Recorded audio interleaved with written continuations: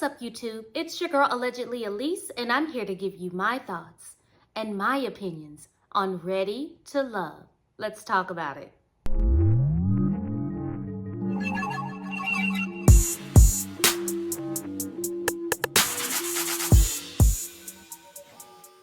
Before we get started, I want to send a special shout out to Lee Pepper, Javon B, Key Dig, and Alexis Marie. Thank you so much for your insight on last week's video. To all of my other subscribers, thank you so much for your support. If you are new to the channel, welcome. I hope that something is said or done to move you to like, share, and subscribe. Now let's get into it. We open with the ladies meeting at Miles Manor, also known as Tommy's home. Tommy and his wife share a little about their journey, after which Tommy drops the news that they have to introduce the guy that they're interested in to their ex. Now, to Tommy's point, I hope you're cool with your ex, or at least go and hire you a new ex. First up, Vernisha introduces Joelle to her ex, David, and David jumps right in. He wants to know if Joelle is the jealous type because of all the attention that Vernisha seems to get when she goes out.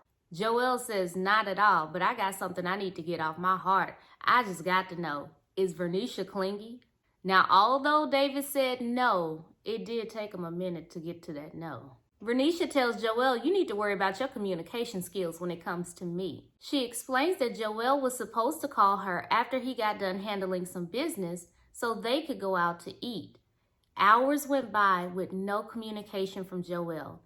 It wasn't until Vernisha followed up with him that she found out that there had been a total change of plans anyway.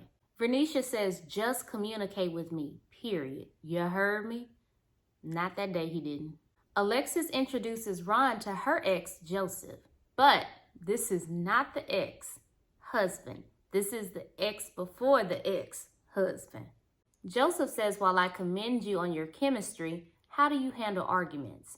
In which Ron says, yeah, I got to work on that because I'm a logical alpha male and that's how I argue. So I need to work on my words of affirmation.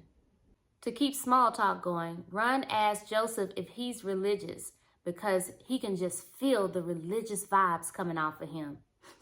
You can smell religious. What? How'd you get that from 2 seconds of interacting with that man? That man ain't said nothing about religion. Alexis said that she guided her ex towards the church when they first started dating because he just wasn't in that mind frame at that time. Ron hits back with, he left the church due to a bad experience. So if you're looking for a religious man, it will not be him. Ooh. Alexis says, now if you're going to be yoked up with me, you will be going to church. So in this case, she's got a lot of praying to do. Let me say, Alexis was a complete 180 in this particular scene than she usually is, and I really enjoy watching Alexis in this scene. Vernisha sets up a nail bar meetup for the ladies. Oh wow, the mixologist says, I'm gonna make a cocktail based off of your man. So, tell me about him. That's deep. Side note, I see what you did there, production. This is a good one though. This is actually a good one because they're trying to pull out the fact that you spend so much time on the surface. What do you really know about your man? How would you explain your man to others when they say, tell me about him? Good one, production. As they sip on their custom cocktails and get their petties, Vernisha asks the ladies, how is this process making you feel? And she starts it off with, this process has made her a little more emotional than she usually is. And she explains it's because she hasn't dated in a while. Alexis points out that nobody ordered an AJ as their custom cocktail. So the ladies want to know, Kyra, is you done or is you finished? Kyra says that she's not ready to close that door just yet. So Liz orders a Jason. Kyra says, oh word, that's what we doing? Okay, well bring me a David then. Ooh, y'all, this petty done got petty real quick. Liz introduces her ex, Clarence, to David, but before David arrives, she shares that off camera during the friends meetup, David put her on blast in front of his friends, asking if she kissed Jason again. He's asking because earlier that day, Liz had to meet up with Jason's friends. David, you do realize that this is a dating show, right? This is not Married at First Sight, bro. David arrives unusually casual, And as soon as David sits down, he's like, Hoppo, who that man? Now, David's been there all of 2 seconds when he pops off on poor Clarence for saying, while it's a pleasure to meet you, I need to get to some questions. Oh, so it's not a pleasure anymore? David, calm down. David, you need to stop playing. You know Liz is your only hope of staying on this show at this point. Oh my God, y'all, I cannot make this up. David asks, before we get anything started, I need to know, when is the last time that you two were intimate? Oh my God, are you really that insecure? Clarence pushes the conversation forward by asking David, how important is communication to you? In which David says, it's the most important thing because I need my woman to be a safe place. Clarence asks, well, oh, are you a safe place? Oh, I'm a safe place. Oh, it don't feel like it. I don't feel safe right now. I don't feel safe for Liz. Waiter, can you please take the butter knives? Thank you. Clarence is holding this man to task when he says, oh, well, were you a safe place when you put her on blast about her kiss with Jason? David decides to ignore Clarence's question altogether and turns over to Liz and gets his key sweat on. Baby, baby, I know. Then David says he wants to bring down the strength in the room. It walked in with you. Clarence basically tells him this ain't what you want, and David exits.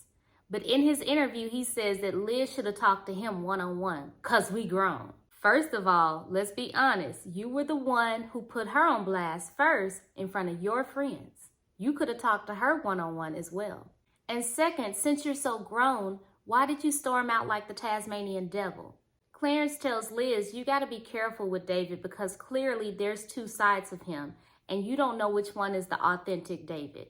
Moving on, Kyra brings Jason to her spot so he can virtually meet her ex, Timothy. So Jason finds out that Kyra's not the greatest when it comes to opening up. So Jason wants to know, how is Kyra when it comes to handling her money? And Timothy says, yo, listen, she don't know how to budget, okay? There's no such thing as a budget for her. This makes Jason wonder if Kyra would splurge on a vacation before actually paying her bills. Kyra don't catch me as a bill hopper, but I mean, you did walk in and the lights were on, right? Next, Amber introduces Chris to her ex, Tony. Chris says that he can feel the tension between Amber and Tony, in which Tony shares that he came out while he was dating Amber. She says while she was hurt, she still wanted to support him, so they've had to work through that as friends. Chris is like, whew, I didn't know what was going on between you two.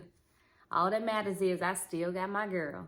Alexis, AJ, Jason, and Liz all meet up so that they can figure out what's really going on with their number 2s. Alexis says while she likes AJ, she doesn't feel secure with him. Meanwhile, Liz says that Jason makes her feel like a kid. That's because you playing. Now, in talking with AJ, Alexis explains that she chose Ron because Ron chose her first. Now, unfortunately, Jason has to step in and help AJ because he's sitting there looking lost. Jason says, tell her that you want to pursue her. And he says, well, I haven't told anybody that. And allegedly, A-lease says that's why you're always at the bottom. So finally, as Alexis is talking, he finally gets the hint and he pulls her in for a kiss. Now, Alexis, don't get too excited because clearly both of your options don't know how to lead. The ladies all meet back up with Tommy and his wife, Jacqueline. They discuss how their week went, and Alexis says that it bothers her to the core that Ron was being so judgmental about her and her ex being religious. Jacqueline says, be careful what you're signing up for because your husband should be the head and you want him to lead you. And Tommy says, if you decide to make this a relationship every single Sunday, you're going to get to this exact moment of how you feel right now. Oh God, Liz goes into full sermon mode when it gets to her. She basically says that her sermon title is, I said he had my heart, but he really only has my interests. Turn to your neighbor and say, neighbor, David gotta go. Tommy pulls that weekly if you had to choose right now card. And of course, Liz and Kyra say Jason, Amber says Chris, Vernisha says Joelle, and Alexis is now talking about AJ. So Alexis meets up with Ron, and she tells him that you were being quite judgy towards me and my ex. And I was also bothered by our conversation regarding prayer. This man says that that's just him and his divine masculine, and maybe you don't get to see that on a daily basis. Sis, you better than me. Run says, well, I'm offended by the whole I picked you because you picked me, as if you needed some type of validation. Alexis asks, well, did you pick me for what I can offer you? And Run laughs and says, you can't offer me a thing. Wow, so you didn't see any value in her as a person or as a potential partner? Or were you only thinking about the materialistic things as far as like her working at Great Day Houston and all of her connections throughout the city? Again, whether I'm feeling Alexis or not, she has really networked throughout this city and her name is out there. Meanwhile, Liz meets up with David and it immediately goes bad. Now, for David to have made that statement earlier about she could have come to him one-on-one because we grown, he sure wasn't acting grown in this particular scene. David continuously cuts Liz off in anything that she's trying to say because he's saying, no, I want to lead. I want to lead. It's my turn to lead. I kind of feel bad because I laughed through the portion where Liz is still trying to push through the conversation and say, me and the ladies met. Me and the ladies met. Wait, what? We don't find out who's not ready to love until next week. Oh, that's where we leave it, y'all. So I want to know, who do you think will be eliminated next week? Let's chat about it down in the comments. Until the next time, I'm allegedly A-lease. Peace.